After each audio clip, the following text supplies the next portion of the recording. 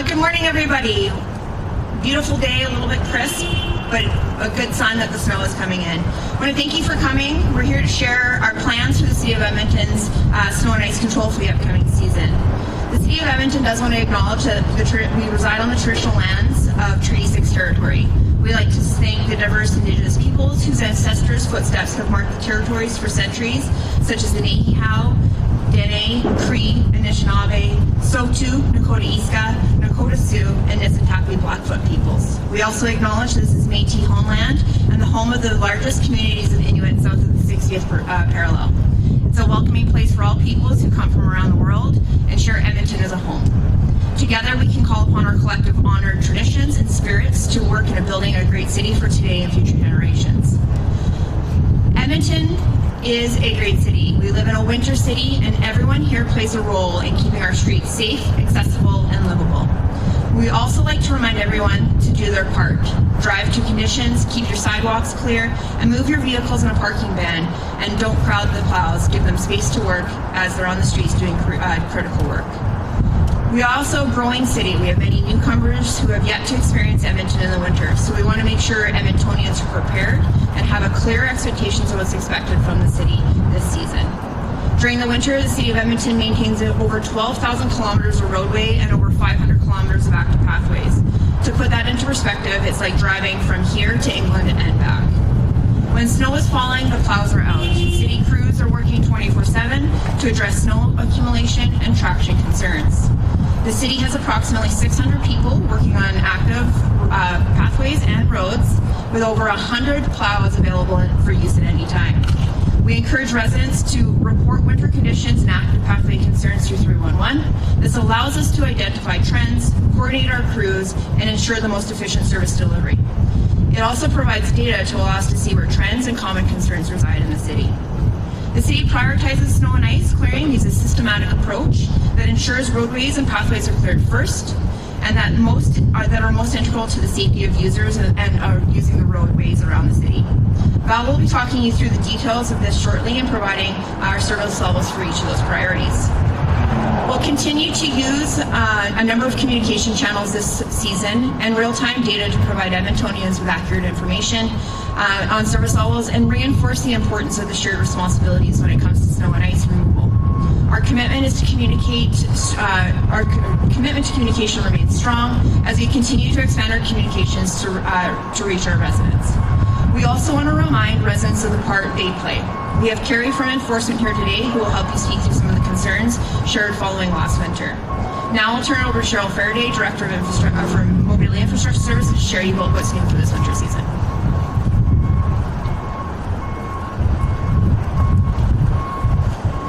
Morning, everyone. Thanks for embracing our winter city with us here. Building on the success of the previous season, we have a lot of the snow and ice operations continuing in a similar manner, so residents can have consistent expectations and know what to expect and how to prepare.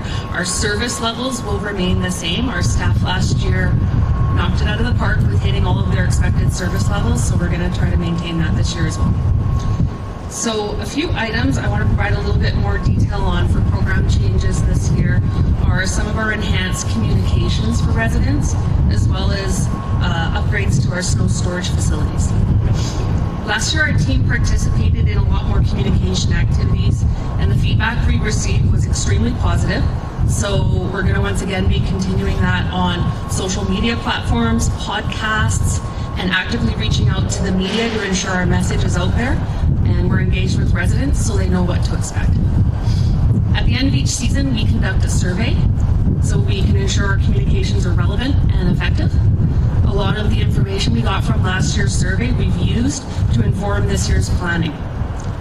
And one way you'll see this is in our communication of our parking bans that Val's going to speak to shortly.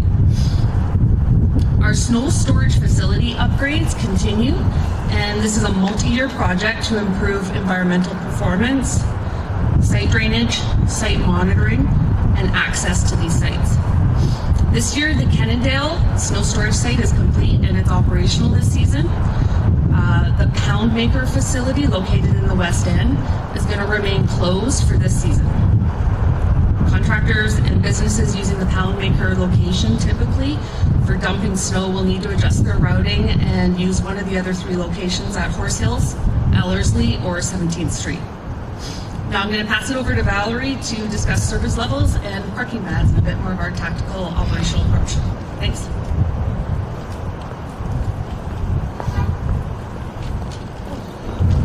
Thanks, Cheryl.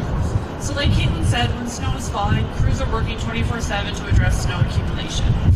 When a snow event occurs, priority service levels are how we manage and measure our performance following that snow event. These service levels are the same as they were last season. We have not changed them. Service levels are communicated in many places as they provide residents a clear expectation on when different inventory will be cleared. The time only starts after the snow stops. If the snow starts snowing again before we have reached all our priorities, we restart those timelines. The Snow and Ice Control Program consists of 2 dedicated teams, a roadways team and an active pathways team. These are 2 distinct teams who work on distinct inventory in a priority structure. For the roadways, there are 4 priorities. For this year, using clearing data, we are able to define these and provide a more clear definition of what will be cleared within the first 24, 5 days, and 6 days within that timeline. Priority 1 roadways are cleared within 24 hours. These are select freeways, arterial roadways, downtown business districts, and hills. Priority 2 roadways are cleared within 5 days. These are the remaining freeways, arterial roadways, business districts, collector roadways, transit park and rides access roads. Priority 3 roadways are cleared in 6 days. These are the industrial roadways, and work is also often conducted by contractors on these roads. Finally, priority 4 roadways are cleared within 10 days as a part of the phase 2 parking ban. Those are 10 business days. These are the residential roadways. For active pathways, priority 1 active pathways are cleared within 24 hours. These are city facilities and the winter priority bike loop. Priority 2 active pathways are cleared within 3 days. These include city-maintained sidewalks, staircases, ramps, bike lanes, shared pathways, pedestrian bridges, and bus stop access.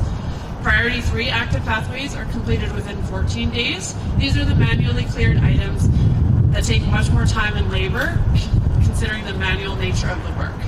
These include bus benches, bus pads, active pathways where manual clearing is required, such as breezeways.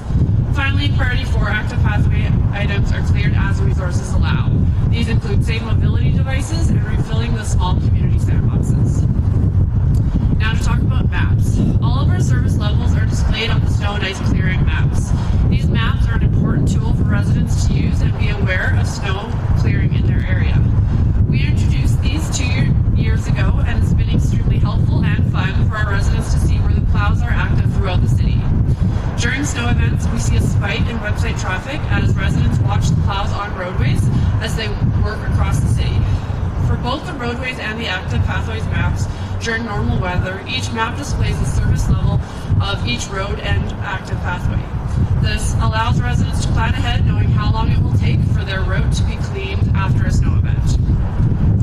When a snow event occurs, both the roadways and active pathways maps change to a snow to show the clearing status of each section of inventory. This has proven to be an important communication tool for residents to have a clear expectation and know the status of each roadway and active pathway. In relation to parking bans allow us to clear snow effectively and efficiently and are an important tool for everyone to ensure the roads are safe and the clearing is done as quickly as possible. The 2-phased approach starts with a phase 1 major roads ban, where the residents are restricted from parking on all arterial and collector roadways. Residents can continue to park on residential roads and alleys during this time. A phase 1 ban includes bus routes. You can identify a phase 1 area by a permanent white seasonal no parking ban sign found on poles around that area. You can anticipate a phase 1 ban following a major snow event. We provide a minimum of 8 hours notice, but in the past few seasons, more time is often provided as we like to align the start of the parking ban with our shifts change, so 7 a.m. or 7 p.m. We'll take into account the residents' behaviors based on the day of the week and the time of the year. When a snow event occurs, our team constantly assess conditions 24/7 and is determining if and when parking ban is required. In some cases, a phase 2 ban may be called following a phase 1 ban, not immediately, but after the phase 1 ban is complete. For a phase 2, the parking restrictions flip. Residents can no longer park on residential roads and alleys, but can park on arterial and collector roads that have been cleared in phase 1. A phase 2 ban allows us to get into the residential neighborhoods to address the excessive buildup and rutting. We clear up to a 5-centimeter snowpack as a minimum on residential roadways. So a phase 2 ban will only occur once the snowpack has reached over that level and our inspectors are seeing rutting and rough conditions. We cannot stress enough that we need residents to move their vehicles during the residential bans. Our crews cannot effectively clear these roadways where there are vehicles parked in their way. Vehicle owners who do not move their vehicles in advance of snow clearing may receive a ticket. For phase 2 parking ban, we only clear those areas on weekdays between 7 a.m. and 7 p.m. This allows residents to park overnight and on weekends. Also, while in a phase 2 parking ban, it may take several weeks. We are only active in the neighborhood for 3 to 4 days. So each neighborhood is only active for 3 to 4 days. Residents should watch for the big yellow signs or view the online map for details when their neighborhood is scheduled and when it is complete. The yellow signs are displayed here. We also have an address lookup tool on the webpage where you can see and enter a city address and it will display the clearing status or schedule. We encourage everyone to sign up for text and email notifications as this is the most accurate, quick way to receive information about your specific area. It's a free service to receive notice of parking bans and to update specifics on your roadway. You can add up to 5 addresses and you will never miss knowing when there is a parking ban. Residents can sign up for this information at edmonton.ca/safetravels. The edmonton.ca/safetravels website is the location for all of our snow and ice control information. You can access all the maps, we have complete details on service levels, and for media we have last year's snow and ice annual reports available so you can easily find all of the data and details from the last seasons. Finally, I would like to remind everyone that snow removal is a shared responsibility, and when vehicles are parked in areas that crews are trying to clear, it means a reduction in the effectiveness of the snow removal. In order for our work to efficiently and effectively, we ask that everyone helps us by moving their vehicles when a parking ban is called. We live in a winter city, and we look forward to helping everyone embrace it, and we're ready for the snow season to begin. Finally, I'm going to turn this over to Carrie Holstead to discuss enforcement.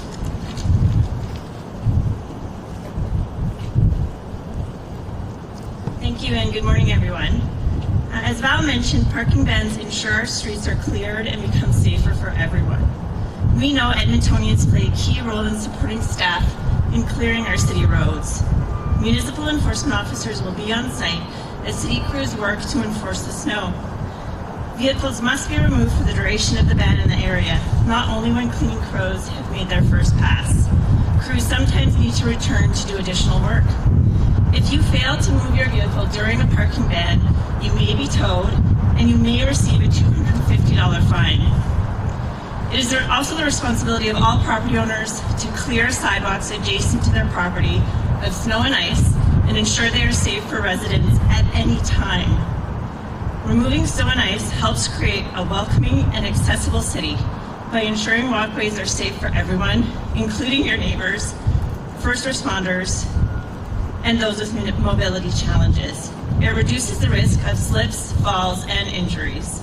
Edmontonians are expected to clear their sidewalks of snow and ice as soon as possible. Municipal enforcement officers are reasonable with their enforcement approach and use discretion when deciding to issue warnings and tickets. If your sidewalk is not clear to pavement as required by the bylaw, you may receive a ticket. Failure to clear your sidewalks can result in a fine of up to $100 or cleanup of the snow by city contractors. The city provides sand at no cost at locations across the city, which can help residents keep their sidewalks safe and accessible. Edmonton winters are known to be cold and snow comes with the season. By working together and doing our part, we can keep roads and walkways accessible and keep our city moving. Thank you.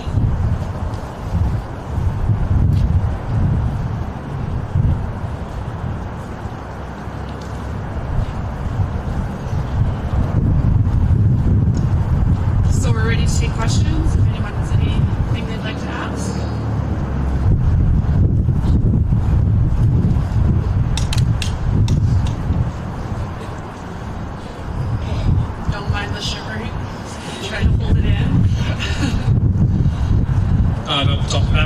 City News, called. You touched on it a little bit, but how are you going to improve communication surrounding parking bans? Is there anything going on with that? So, like we said, Edmonton.ca/safe travels, the online maps have the most up-to-date, detailed information about the parking bans. Additionally, we really encourage residents to sign up for the notifications as we consistently improve and update our notification system. Residents can add 5 addresses, so that can be your home, your work, places you normally travel, so that you can get information to your phones or email directly about the bans in your area. So, online map, notification systems, as well as the signs in the field are our primary methods for communication.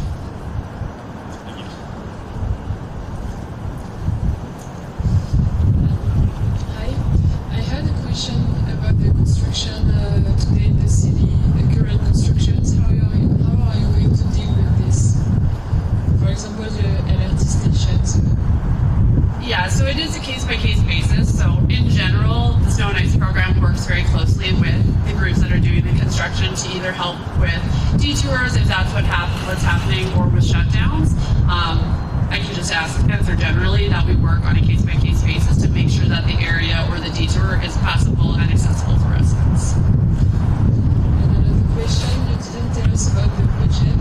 How much is it, that kind of snow clearing plan? And is it higher than the past years?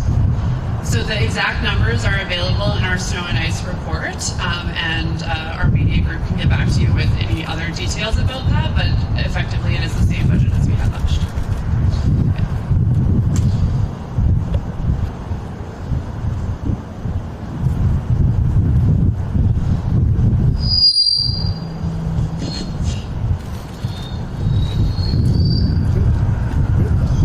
Hi, Eric Bowling, Edmonton Journal. I'm just curious if you could elaborate a bit on what kind of feedback the city got from service levels last year. So I can start that one off, and then I'll hand it over to my director or branch manager. But from what we can tell, residents were happy with the services that were provided. Like Cheryl mentioned, we did hit all of our target levels successfully throughout the winter. No one likes snow, so everyone is always upset when it snows, but our crews came through and cleared and provided traction materials. That was scary. To all of the areas within the time limits.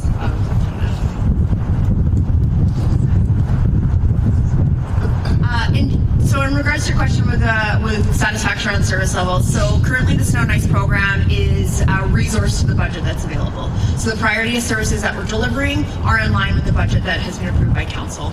We take feedback from residents on a regular basis around what areas are of importance for them. With the enhanced program that we do have in place to address snow and ice clearing, overall we are hitting our service levels. However, we do hear feedback around the residential piece, the parking bans, and around communication. So those are some of the things that we've put into place this year to help try to be more proactive on that in terms of communication, but also putting the onus back onto Edmontonians to be able to do their part in terms of clearing their sidewalks, moving their vehicles when there's a parking ban, and being engaged with the snow and ice clearing process.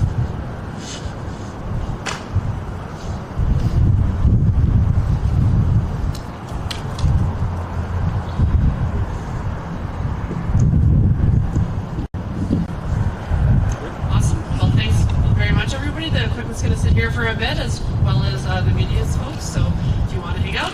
Otherwise, thank you very much for coming today.